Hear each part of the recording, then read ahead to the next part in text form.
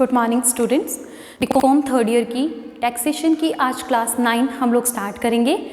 एक नया टॉपिक, एक नई बुक आज हम लोग स्टार्ट करेंगे। मैंने बताया था आप लोगों को कि टैक्सेशन में आपके पास मेन 2 टॉपिक्स रहेंगे, customs duty and second one is GST. और उसमें से कस्टम्स ड्यूटी हम लोग पूरा पढ़ चुके हैं, वो हमारी यूनिट 3 भी है हमारे सिलेबस में, तो यूनिट 3 हमारी कंप्लीट। अब हम फर्स्ट एंड सेकंड यूनिट पढ़ेंगे जिसमें ये पूरा जीएसटी ही है।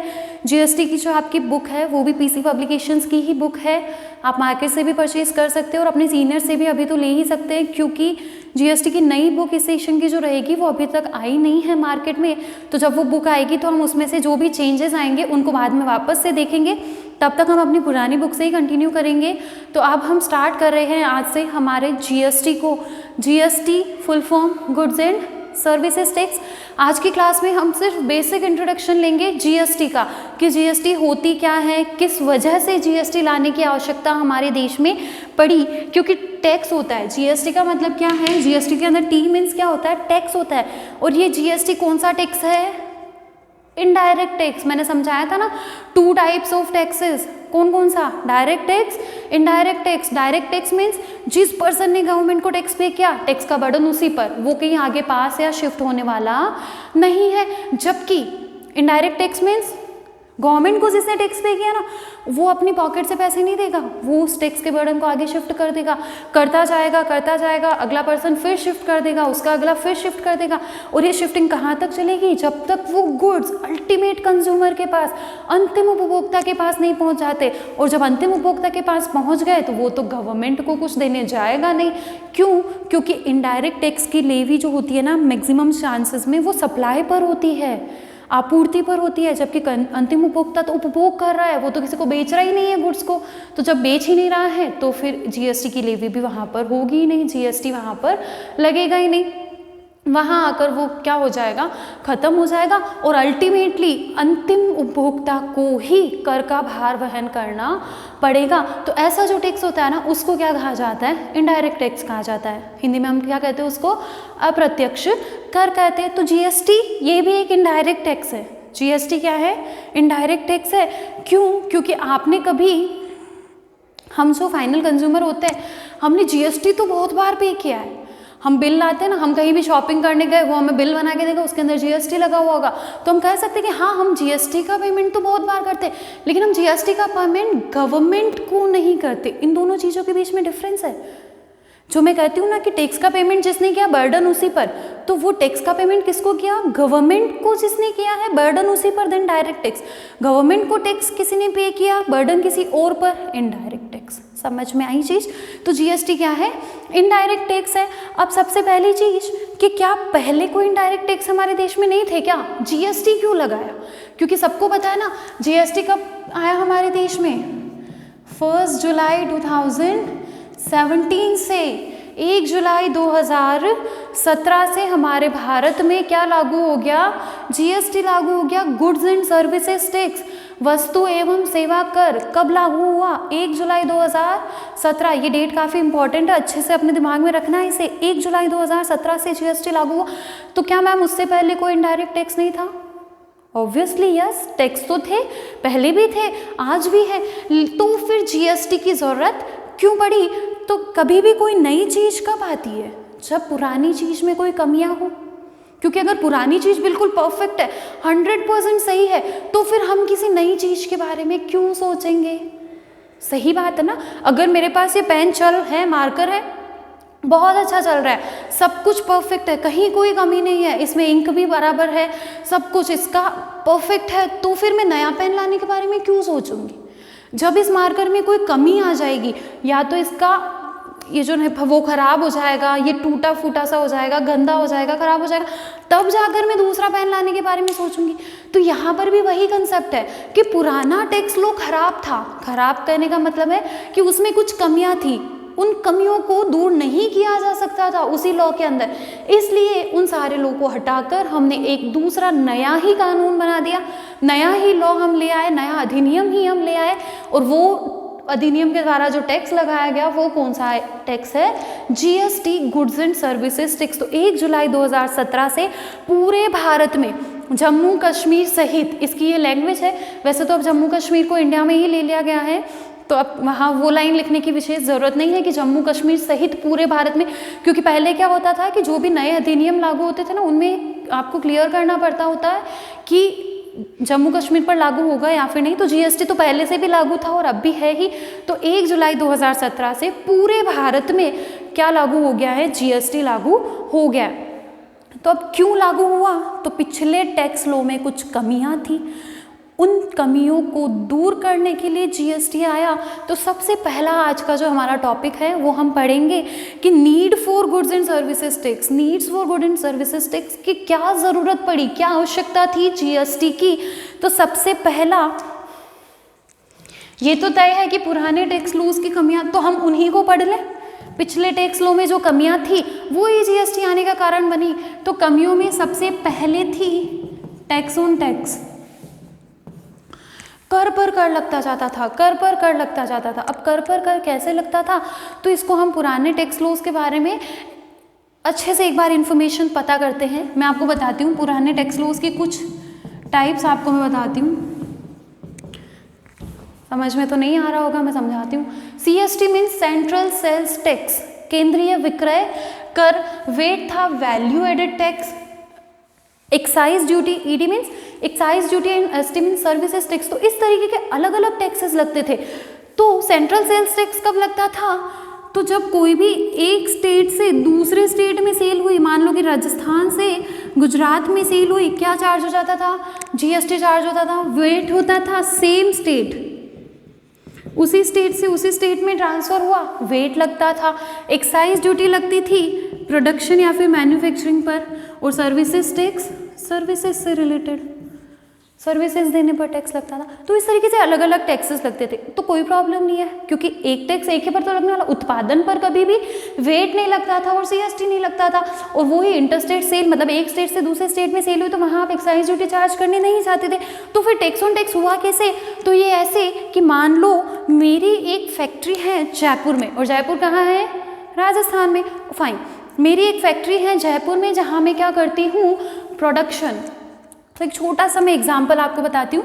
मान लो मैंने 10,000 रुपये की कोई सामग्री का उपभोग किया। क्या किया, 10,000 उपभोग नहीं, उत्पादन, 10,000 रुपये की किसी सामग्री का उत्पादन किया। अब जैसे ही मैं उन गुड्स को अपनी फैक्ट्री से बाहर ले जाने वाली हूँ, मुझे क्या पे करना पड़ेगा, एक्साइज ड्यूटी, उत्पाद शुल्क। एक्साइज ड्यूटी को हिंदी में कहते हैं उत्पाद शुल्क, क्योंकि उत्पादन किया तो उत्पाद शुल्क देना पड़ेगा। मान लो यहाँ पर 12% के रेट से एक्साइज ड्यूटी है, तो मुझे एक्साइज ड्यूटी कितनी पे करनी पड़ गई, 1200। मेरे सामने वाले पर्सन जिसने खरीदा उसको कितने में गुड्स पड़ गए, 11,200 रुपये में। ठीक है। अब मान लो कि मैंने यहाँ किसी को, जो जिसको पर्सन को बेचे है ना, वो पर्सन राजस्थान में नहीं, वो अहमदाबाद में। अहमदाबाद कहाँ है, गुजरात में। तो यहाँ पर अब जब वो गुड्स राजस्थान से गुजरात में जाएंगे ना, वहाँ एक टैक्स और लग जाएगा। और वो टैक्स किस नाम से लगेगा, सीएसटी के नाम से लगेगा। किस नाम से लगेगा, सीएसटी के नाम से लगेगा, सेंट्रल सेल्स टैक्स के नाम से लगेगा। और अब जब मान लो कि यहाँ पे 10% की सीएसटी की रेट है, तो टैक्स कितना हो गया, 1120 रुपये। क्या हुआ, टैक्स ऑन टैक्स हुआ ना। क्यों, क्योंकि इस 11,200 में गुड्स के तो 10,000 ही है ना, 1,200 रुपये तो टैक्स के, और आपने जो 10% टैक्स लगाया पूरे 11,200 पर लगाया, मतलब कि उन 1,200 पर भी टैक्स लग गया। तो यहाँ पर तो टैक्स ऑन टैक्स हुआ ही हुआ, जैसे 12,320 रुपये हो गए। अब मान लो उस पर्सन ने, जिस पर्सन के पास वो गुड्स गए अहमदाबाद में, उस पर्सन ने उन गुड्स को अहमदाबाद के ही किसी दूसरे कंज्यूमर को बेच लिया। मान लो कि यहाँ पर हमारा फाइनल अंतिम उपभोक्ता आ गया है। तो जब वो बेचेगा सेम स्टेट में, अहमदाबाद से अहमदाबाद में बेचे, सेम स्टेट में, नया टैक्स और कौन सा लग जाएगा, वेट लग जाएगा। मान लो 10% का ही वेट लगता है, तो 1,232 रुपये का वेट यहाँ पे और लग गया। क्या हो गया, 1,232 रुपये का वेट और लग गया। ये 1,232 भी तो क्या है, टैक्स ऑन टैक्स है। क्यों, क्योंकि गुड्स की वैल्यू तो कितनी है, इधर 10,000 रुपये थी, ये 1,200 रुपये तो एक्साइज ड्यूटी का है, ये 1,120 किसका है, सेंट्रल सेल्स टैक्स का है। तो ये तो 1,232 रुपये का जो टैक्स लगा है, ये तो टैक्स ऑन टैक्स है, टैक्स पर भी टैक्स लग गया। तो इससे अब अल्टीमेट जो आपका कंज्यूमर है उसको कितने रुपए में ये गुड्स मिले, 13,552 रुपये में। 10,000 के गुड्स कितने में मिले? 13,552 में। तो इसके पीछे का रीज़न टैक्स ऑन टैक्स। तो पिछले टैक्स लॉ में ये सिस्टम चलता था, तो ये बिल्कुल गलत था। कंज्यूमर्स के दृष्टिकोण से भी देखा जाए तो ये तो गलत है, तो इसलिए जीएसटी लानी पड़ी। तो जीएसटी में क्या होता है? क्या जीएसटी में टैक्स ऑन टैक्स नहीं है? देन नो, जीएसटी में कहीं टैक्स ऑन टैक्स नहीं है। और जीएसटी में हर स्टेज पर इनपुट टैक्स क्रेडिट मिलती जाती है। वो जब हम जीएसटी के फीचर्स पढ़ेंगे ना, तब ये एग्जाम्पल मैं आप लोगों को वापस याद दिलाऊंगी और वहाँ पे मैं बताऊंगी कि जीएसटी में डिफरेंस क्या आया है। ठीक है, तो अभी ये समझो कि इस तरीके से टैक्स लगता था, तो ये एक बहुत बड़ी कमी थी। इसको दूर करने के लिए क्या किया गया? जीएसटी लाया गया। सेकेंड पॉइंट आता है कंज्यूमर्स पर, अंतिम उपभोक्ताओं पर अधिक भार था। तो बहुत ऑब्वियस सी बात है ना कि 10,000 के गुड्स पर उसको 3,552 रुपये का टैक्स देना पड़ गया, और उसको इसका आइडिया भी नहीं था कि मैंने 3,552 रुपये टैक्स के दे दिए। उसे तो सिर्फ इतना पता होता था कि मैंने 1,232 रुपये वेट के चुकाए हैं। उससे पहले कितना टैक्स इन गुड्स पर लग के आया उसे समझ ही नहीं है, इन चीज़ों की इन्फॉर्मेशन उसे नहीं है। तो ऐसी केस में क्या हुआ? एक तो उसको इन्फॉर्मेशन नहीं है, वो तो ओके, लेकिन उसके ऊपर कितना बर्डन पड़ा टैक्स का, tax on tax, tax on tax. यहाँ तो मैंने एक बहुत छोटी सी चेन ली है कि आपके मैन्युफैक्चरर से एक किसी पर्सन के पास गया और वहाँ से सीधा किसी कंज्यूमर के पास आ गया।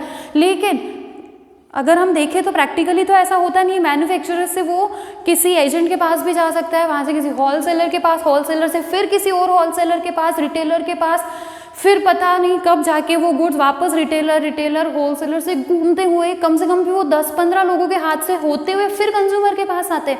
मतलब 10-15 बार टैक्स लग जाता है उन गुड्स पर। तो टैक्स ऑन टैक्स लगते लगते क्या होता है? गुड्स की वैल्यू बढ़ती जाती है, तो अंतिम उपभोक्ता के ऊपर क्या हो जाता है? अधिक भार आ जाता था।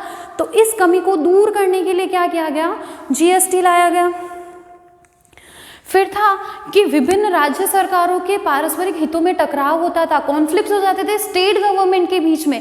क्यों? तो देखो कि जब एक ही स्टेट से उसी स्टेट में टैक्स किसकी इनकम है? गवर्नमेंट की इनकम है। तो अब जब राजस्थान से राजस्थान में गुड्स बेचे जा रहे हैं तब तो कोई दिक्कत नहीं है, किसको टैक्स पे करना है? राजस्थान गवर्नमेंट। लेकिन अगर गुड्स राजस्थान से गुजरात में, गुजरात से मध्य प्रदेश में, इस तरीके से दूसरे स्टेट्स में बेचे जाते हैं, तो फिर वो इनकम कौन सी स्टेट गवर्नमेंट की है? इसको लेके बहुत सारे कॉन्फ्लिक्ट्स हो जाते थे। बहुत सारे ऐसे केसेस आते थे जहाँ ये डिसाइड कर पाना मुश्किल हो जाता था कि ये इनकम राजस्थान गवर्नमेंट की है या गुजरात गवर्नमेंट की है। तो ऐसे केस में पहले बहुत सारे कॉन्फ्लिक्ट्स आते थे, लेकिन जीएसटी में ये चीज़ें बिल्कुल क्लियर कर दी गई। कैसे? तो जीएसटी के फीचर्स पढ़ते टाइम पे हम पढ़ेंगे कि अगर इंटर स्टेट सेल होती है, एक स्टेट से दूसरे स्टेट में सेल जाती है ना, तो इनकम कौन सी गवर्नमेंट की रहेगी, बिल्कुल क्लियर कर दिया गया वहाँ पे। तो इस तरीके से जो पहले कॉन्फ्लिक्ट्स होते थे उनको भी दूर करने के लिए एक नए टैक्स लॉ की जरूरत थी, तो वो हम ले आए जीएसटी के नाम से। Lack of coordination in providing input tax credit. Input tax credit देने में कोऑर्डिनेशन नहीं था। अभी एक बहुत नया शब्द लग रहा होगा आपको, इनपुट टैक्स क्रेडिट। ये नया भी है और ध्यान रखना बहुत इम्पोर्टेंट टॉपिक है। पूरा चैप्टर भी है हमारा इस आईटीसी के ऊपर, और लगभग बहुत सारे चैप्टर्स में इसके प्रोविजंस भी हम अलग अलग पढ़ेंगे। आईटीसी का मतलब क्या होता है? Input tax. सबसे पहले इस चीज़ को समझना कि दो टाइप के टैक्स होते हैं, दो कह सकते हैं हम, input tax and output tax. Output बाहर जा रहा है, इनपुट अंदर आ रहा है। इसका मतलब क्या होता है? आउटपुट टैक्स का मतलब होता है ऐसा कोई टैक्स जो माल के विक्रय पर लगाया जाए। अगर मैंने कोई वस्तु बेची है, किसी वस्तु की सप्लाई करी है, कोई सर्विसेज दी है, मतलब गई, सेल, ट्रांसफर, तो ऐसे केस में जो टैक्स लगता है वो आउटपुट टैक्स होता है। और ये मेरी लाइबिलिटी होती है, गवर्नमेंट को मुझे पे करना होता है। क्यों? मैंने माल बेचा, मैंने बिल बना के दिया, तो मैंने उस पर्सन से जीएसटी कलेक्ट कर लिया। या फिर मैंने अगर बेचा है तो सरकार तो मुझसे पैसे मांगेगी कि आपने सेल किया है, तो आपकी टैक्स लाइबिलिटी आती है, आप हमें जीएसटी का पेमेंट कीजिए। बहुत सिंपल सी बात है। इनपुट टैक्स, मैंने कुछ खरीदा, उस पर टैक्स का पेमेंट किया, तो बहुत ऑब्वियस सी बात है ना। आप अगर अपने कस्टमर से ले रहे हो तो अपने सप्लायर के लिए तो आप भी कस्टमर हो, तो आपसे भी तो वो जीएसटी लेगा, तो वो मेरा इनपुट टैक्स है। अब क्या होता है जब जीएसटी की बात आती है ना, तो क्या हुआ? मान लो एक छोटा सा मैं एग्जांपल दे रही हूँ कि 100 रुपये का कुछ गुड्स मैंने खरीदा, उसमें 10 रुपये का जीएसटी पे किया। ठीक है, 10% रेट थी बाई चांस, और मैंने 10 रुपये क्या कर दिया? जीएसटी पे कर दिया। 110 रुपये उस पर्सन को दे के आई। अब उसके बाद मैं उन गुड्स को वापस जब बेच रही हूँ, मान लो मैंने उन गुड्स को 120 रुपये में बेचा, ऑब्वियसली ना 110 का लिया तो 110 में तो नहीं बेचा, मैंने कितने में बेच दिया, 120 में। वहाँ मुझे वापस 10% का टैक्स देना पड़ा। मैंने 100 में खरीदा, 100 प्लस 10%, 110 रुपये की रेट पर खरीदा। इसमें दो चीज़ें 100 प्लस 10, 100 रुपये गुड्स के, 10 रुपये जीएसटी के। अब मैंने वो गुड्स वापस 120 में बेचे, उस पर 10% का मैंने जीएसटी चार्ज किया है, तो ये हो गया 132। इसमें जीएसटी के कंसेप्ट में डिफरेंस आता है कि जब अगर मैं आगे वापस गुड्स बेचने वाली हूँ ना, जब मैं गुड्स को वापस बेचने वाली हूँ ना, तो मुझे प्रॉफिट इसमें जोड़ना होता है। मैंने 10 रुपये का प्रॉफिट जोड़ा है ना, तो मैं 110 पर ही 10 रुपये का प्रॉफिट लेके 110 में 11 रुपये जोड़ दूंगी, तो 121 रुपये में इसमें क्या हो गए 110 प्लस 11, इस तरीके से सेल होता है। अब समझाना मैं ये चाहती हूँ कि इनपुट टैक्स क्रेडिट क्या होता है। अब जब मैंने खरीदा तो मैंने 10 रुपये का टैक्स दिया, सिंपल। मैंने खरीदा, मैंने 10 रुपये का टैक्स गवर्नमेंट को पे कर दिया। अब जब मैं उन गुड्स को बेचती हूँ, तो मैंने अपने कस्टमर से 11 रुपये का जीएसटी लिया ना। मैंने क्या किया, अपने कस्टमर से 11 रुपये का जीएसटी लिया, तो गवर्नमेंट मुझे क्या कहेगी, हमें 11 रुपये दो जीएसटी के। बहुत सिंपल। क्यों? क्योंकि जीएसटी इनकम किसकी है, गवर्नमेंट की। सप्लायर क्या करता है, सिर्फ कस्टमर से पैसे लेता है और गवर्नमेंट को जमा करवा देता है। हम जो कहते हैं ना कि भैया हमने तो आपको 300 रुपये का टैक्स दिया, दुकान वाले को कह देते हैं, तो 300 रुपये को उस दुकान वाले की इनकम नहीं है। उसने अगर जीएसटी के 300 रुपये हमसे लिए हैं, तो उसे वो 300 रुपये गवर्नमेंट को देने ही देने हैं। तो अब मैंने जब बेचा, मैंने 11 रुपये अपने कस्टमर से लिए, तो मेरी लाइबिलिटी आ गई। ये तो मेरी आउटपुट टैक्स लाइबिलिटी है। क्यों? क्योंकि मैंने बेचा, उस पर जीएसटी लगा। लेकिन वो जो 10 रुपये है वो मैंने खरीदा, उस पर जीएसटी दिया, तो ये मेरा इनपुट टैक्स है। तो अब मैं क्या कहूँगी गवर्नमेंट को कि हाँ मेरी 11 रुपये की लाइबिलिटी आती है, इन गुड्स से संबंधित 11 रुपये की लाइबिलिटी मेरी आती है। लेकिन इन्हीं गुड्स पर जब मैंने खरीदे है ना, तब मैंने 10 रुपये दे दिए थे पहले ही टैक्स के। किसको दिए थे?